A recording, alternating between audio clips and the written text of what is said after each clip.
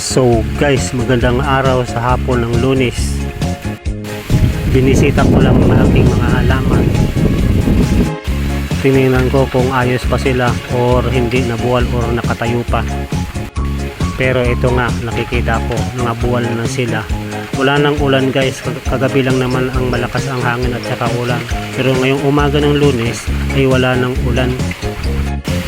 Buong maghapon siyang umaraw, ngunit ang hangin naman guys ay medyo malakas pa rin, pero hindi naman masyadong kalakasan, pero ano lang, yung sumisimoy pa rin yung hangin, pabugso-bugso lang ang hangin guys, minsan humihina, minsan lumalakas. So hanggang dito lang guys, salamat.